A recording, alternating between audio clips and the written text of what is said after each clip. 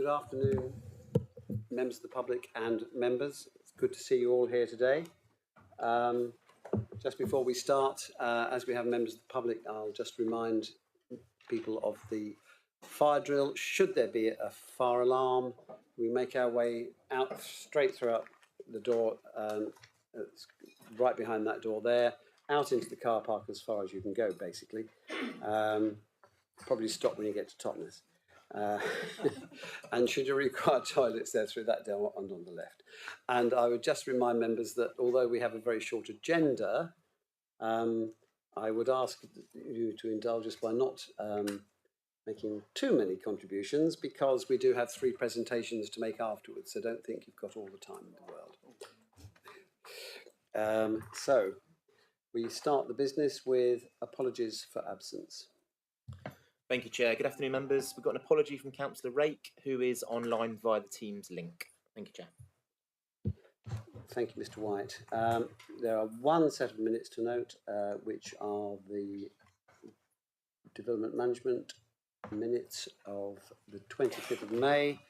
I ask Councillor Long to present those. Thank you, Chairman. Present the minutes of the Development Management Committee. Oh, sorry, I do apologise. I've skipped on from the council minutes, which I was at. Full council on the 25th of May. Are we content that these are a true and correct record?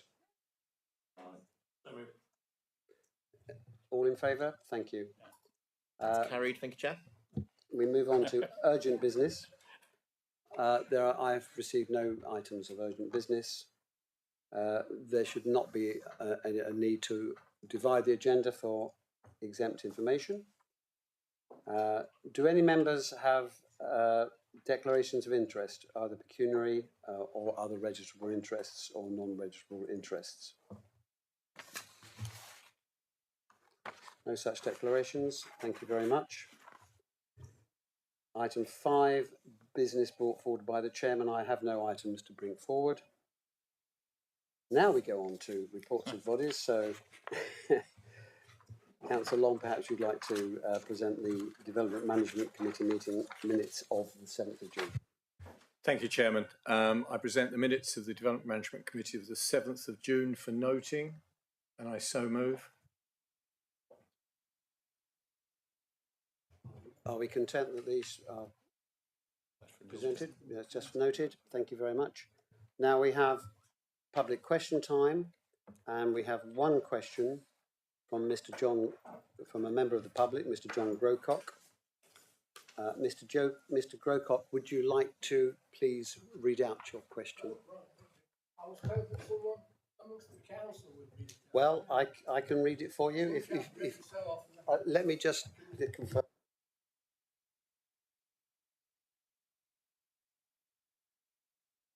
Would you like to read out your question? I can tell you what the question was. Is there a microphone available for him? Shall I begin? Yes. Do you have a copy of the question? I don't have a copy with me. It's on the screen. Thank you. Oh, right. Okay. Recent Liberal Democrat literature informed us there are 766 households in urgent need of affordable rented accommodation. Once the action plan to tackle this has been published, how frequently and by what means, other than online, will the public be updated on progress? Thank you very much. Councillor O'Callaghan, who is the Executive Lead Member for Housing, I think will answer this. Would you like me to stand or sit? No, you may sit. Okay. Thanks very much, Mr. Grocock. I've just introduced myself to him. And if you can't hear me, then just please shout. I hope you can. If you'll indulge me, I'd like to make somewhat of a statement, as we're at the beginning of the new administration and it's early days, and obviously people will be wondering what's going to happen and what we will be doing, and our aims, where we are, challenges, etc. So I'll start. You can stop me, Chairman, if you want to. You can try. Anyway, we are, as an administration, trying to provide good quality, genuinely affordable housing as a top priority. We're trying our best to help our residents. We're also going to look into issues of drainage. Yesterday at the executive meeting, we voted for measures to help tenants to take action against landlords who are failing to help with issues of damp, mould and disrepair through a streamlined reporting process, following which our council has the power in serious cases to inspect homes, challenge landlords and ultimately, in worst case, impose civil penalty and prosecution. Often for people it's hard even to move house, to escape if they have problems like this, with a freeze on housing benefit which has been in place since 2020. And that drastically reduces the number of homes covered by housing benefit. The Institute for Fiscal Studies has issued figures this week suggesting it's now only 5% of homes which are covered by housing benefit. In one of the richest countries in the world, people should have a basic right to damp and mould-free homes in reasonable repair and a right to get redress if they can't get that. We're also going to be looking at improving the quality of our housing stock more generally, because we hope it's a minimum of people who have the worst issues of damp, mould and disrepair. Through grants, we've begun upgrading energy inefficient homes for people on low incomes. And we've helped long-term landlords improve insulation and draft proofing, for example, but we obviously need to do a lot more. As Mr. Grocock's question suggests, all too many people on our Devon Home Choice housing waiting lists here in the South Hams are having problems getting affordable housing in the first place. Nationally, we have inherited the problem of council housing offered as right to buy from the Thatcher era onwards, not being replaced in sufficient numbers, whatever you think of the right to buy policy. It's, in my view, produced a bit of an us and them situation with those who own and those who rent. But that's something that is debated, will be debated, and everybody has a different view on. In my own ward of Kingsbridge, there are plenty of houses being built, just not enough of them that local people can afford. In the private rental market, prices are soaring, exacerbated by rising mortgage rates, and there's a shortage made worse by some landlords switching to more lucrative Airbnb short-term lets. The fact that there are, I think, 4,000 second homes in this district and only 3,450 socially rented homes tells its own story. This new administration wants to help, as I said before, and to take action where it can, and to lobby this government where it can't. We want to get genuinely affordable homes built on the Rope Walk site in Kingsbridge, for example. We own this site and we have the powers to do so. And we've asked for a review more generally of all council capital projects and land owned by this council to see where we could build further such homes more widely. We also would like to invest in suitable property in the towns and villages where we can to provide affordable and social rented homes. Government funding has enabled us to acquire 7 homes to support Ukrainian and Afghan refugees, which can also be used as general purpose temporary accommodation. And we're looking to supply more of those as well further down the line. These are being built, these 7 homes, and they should be ready by Christmas, I'm told. Next year, the so-called joint local plan, which covers the South Hams as well as West Devon and Plymouth, is up for review. And we have the opportunity, among other things, to lobby for a higher proportion of affordable homes in developer-led building. That's a long introduction to the question, but I wanted at this first full council, as I said, to set out an idea of what our priorities and aims are in this key area. Our action plan involves, of course, over the coming weeks and months, talking to and consulting with our communities to establish what they, and indeed you, want to see and to help us on the right track. We will be preparing a draft document after talking to town and parish councils and other key partners and stakeholders.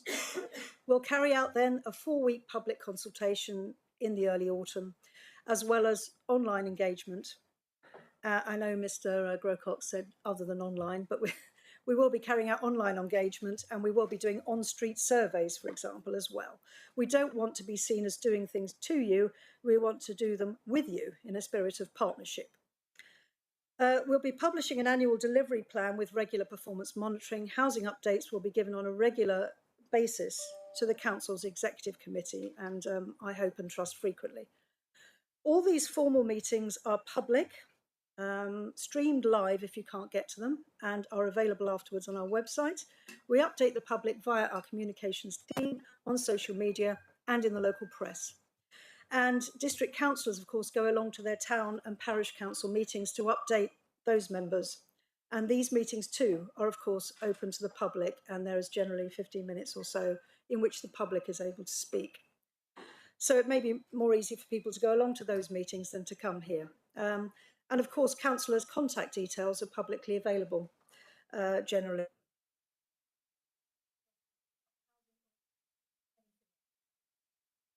Has my sound gone? Okay. I'd like to, that's pretty much it. And I'd like to thank Mr. Grocott for his question and for his interest. Thank you, Councillor O'Callaghan.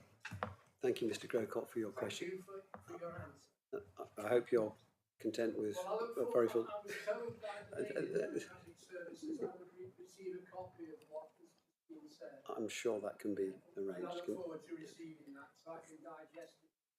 Thank you very Thank much. you for your time. Thank you. Thank you for coming. It's good to have members of the public with us.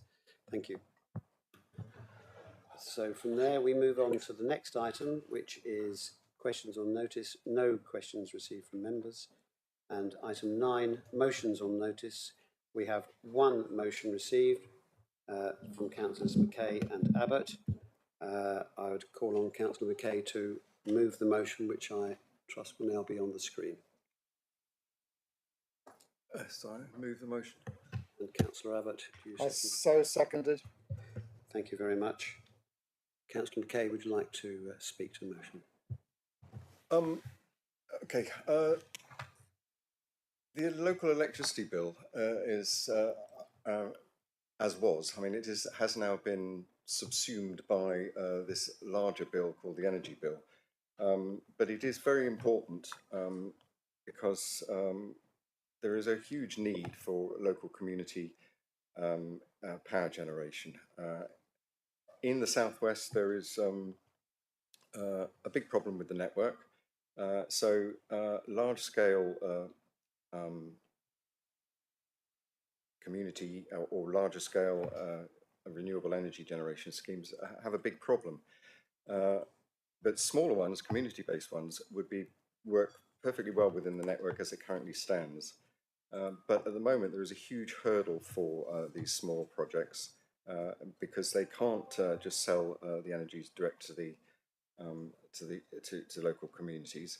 And to set yourself up as an energy provider, it just costs far too much money, and it's very complicated in terms of network agreements and the codes that you have to follow to balance the network, etc. The local electricity bill, or the clauses that are now part of the energy bill, address this. And if you scroll down, I don't know if this could be scrolled down to see that.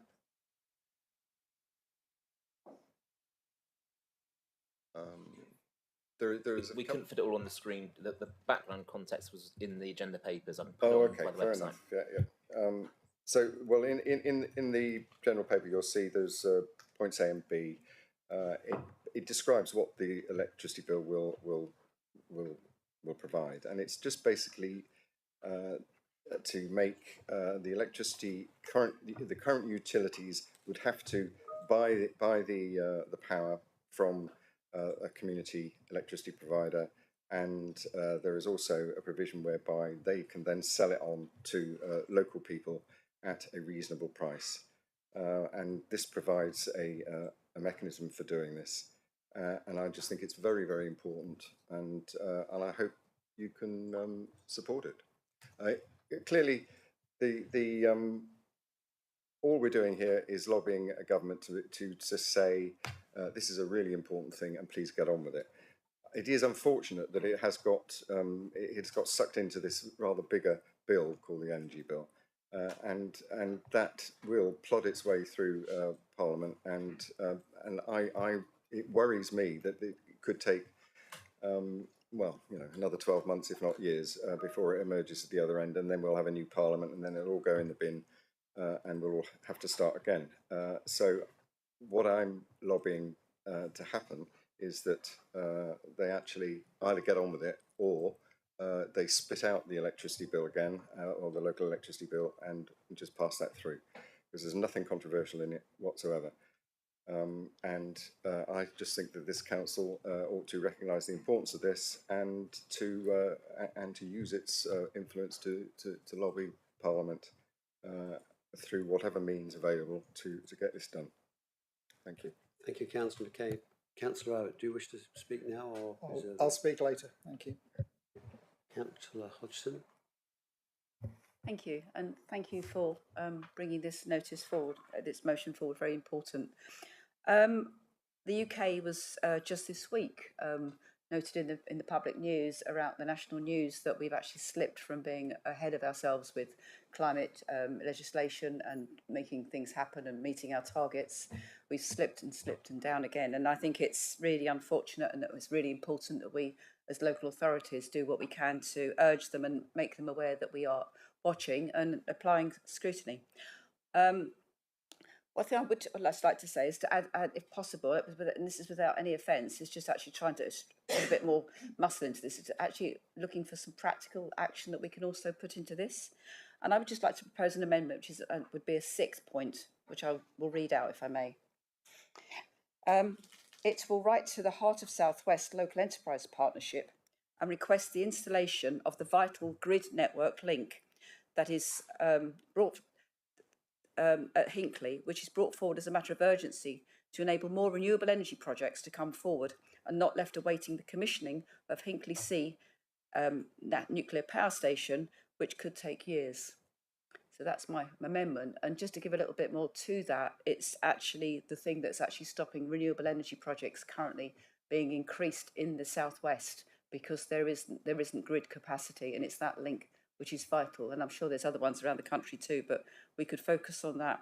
And the other thing I would just add in while I'm just speaking is that people need to be aware that TRESOG, which is the Totnes Renewable Energy Society, has recently started a local energy club in Totnes, which the Town Council is supporting, and I'm sure they'll be Councillor interested Hodgson, to hear from I'll others give on you an that. opportunity to speak to the amendment. Okay, in a I'm bit, just adding but- that. Okay, that's all I wanted to say I'll anyway. ask for a Thank you. seconder in a moment, but first, could you please repeat the amendment so that Mr. White can Right, okay. get the words? It will write to the Heart of South West Local Enterprise Partnership and request that the installation of the vital grid network link at Hinckley is brought forward as a matter of urgency to enable more renewable energy projects to come forward. Not. Slightly slow. Where did you get to, Daryl? Where did you get to? Sorry. A bit of a... Hinckley, right? Perhaps I could use this opportunity Hinckley. just to say to members, quiet please. Perhaps I could just use this opportunity to remind members that it's always very helpful if you could let Democratic Services know if you plan to bring forward an amendment, so that if they've got the wording, it's a lot easier for them to incorporate. I quite agree, Chairman. I'm sorry, and but it's been a bit of a busy week. So you got as far as Hinckley, yeah? Okay. Is brought forward as a matter of urgency to enable more renewable energy projects to come forward, not left awaiting the commissioning of Hinckley C nuclear power station, which could take years. Thank you. Is there a seconder for the motion? For the amendment, sorry. Councillor Cooper. Councillor. It's been seconded. Would you like to speak to the motion now, please? Councillor? To yeah. the amendment, I do apologise. Yes, as I said earlier, sorry, there's probably not much more to add, and I won't take time and for no good reason. But I do think that it's actually about practical stuff as well as legislation, because they go hand in hand, and sometimes practical changes can actually help drive legislation. So I think it's all to the power of us, and this is a fantastic area for renewable energy, and it could make a difference as we go forward, with hopefully the government catching us up. So that's the point of putting this forward, and I have brought this to the attention of Heart of South West on several occasions over the last few years in my role as a county councillor when I've attended their scrutiny meetings at Devon County Council. Thank you, Councillor Hodgson. Councillor Cooper, do you wish to speak at this? I've got nothing else to add. Okay. Are there any other members who wish to speak? First of all, on the amendment. Councillor, Sorry, point of clarity. Is the Local Enterprise Partnership, LEP, the right body to write to? Because my understanding was that it may be on the way out, being phased out. right, we'll take advice on that, but if it's still going at the moment, they probably are the right ones, but perhaps we can have some advice. Jack, you want to go? I'm looking to Mr. Brooke. Yep.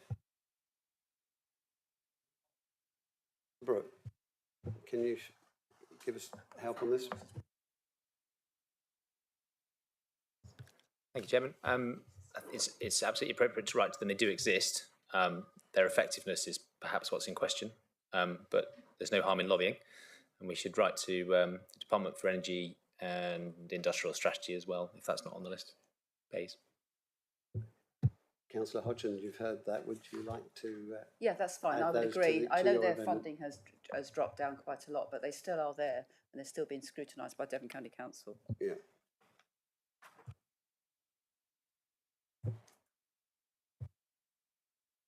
Councillor Thomas. Thank you, Chairman. Could I ask Councillor Mackay as the original mover of the motion? Could I ask Councillor Mackay his view on this amendment as the original mover of the motion? I fully support what is being proposed here in terms of writing to LEP and the objective of it. But I'm not entirely sure that it fits inside this motion, which is about the local electricity bill. And as I said when talking, the local network doesn't need to be upgraded in order to accommodate local community energy projects. And so I sort of feel this is a motion should stand alone and be a motion by itself. But I'm more than happy to go along with it if that's the general consensus. But I just sort of feel that it dilutes the purpose of the original motion. Do you wish to accept the amendment or not?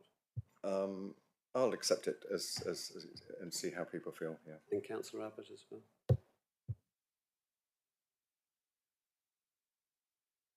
Councillor Abbott, you reserved your right to speak at the end. The amendment's been accepted by the proposed from the Secretary. Yeah, becomes a substantive motive, and nobody else wishes to speak at this stage. So you can now have your say. I thought we would. If you've accepted it. Oh, I see. That's why I asked you.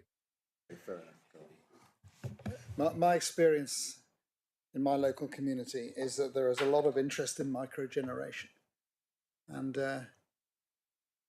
it is full of challenges for the sources of supply which are available locally. But we keep on hoping that the technological improvements will allow multiple opportunities. And there are a number of cases where we can supply electricity directly to a local user, which is the point of John's original motion. And I hope that you'll feel able to support that original lobbying proposal. Personally, although it would have been perhaps better as a second motion, I'm very keen on this amendment as well because of the difficulty in updating the transmission lines around our part of the world, which are inhibiting the transmission of surplus energy, so a different concept, as John says, around the country. And it really worries me that we have one more example coming up similar to the debacle over water companies about a lack of investment. And if we could only get central government to pay attention, this would be a good future for the supply of more than microgeneration in this part of the country where we have that opportunity, and to distribute it around the rest of the country. So I hope you'll feel able to support the whole of this motion in these two parts. Thank you. Thank you, Councillor Abbott. Councillor Mackay, do you wish to sum up? No, I you're happy. Perhaps then with Mr White we can confirm the wording of the substantive motion. Thank you, Chair. The substantive motion is now 6 parts with a new additional part 6 at the bottom. Thank you. I'll give members a few.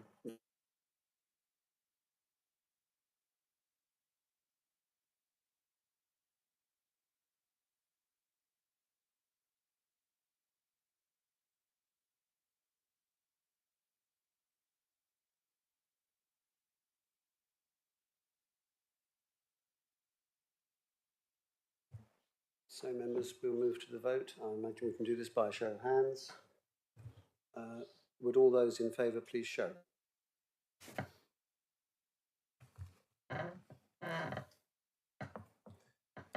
That's unanimous. Thank you, Chair.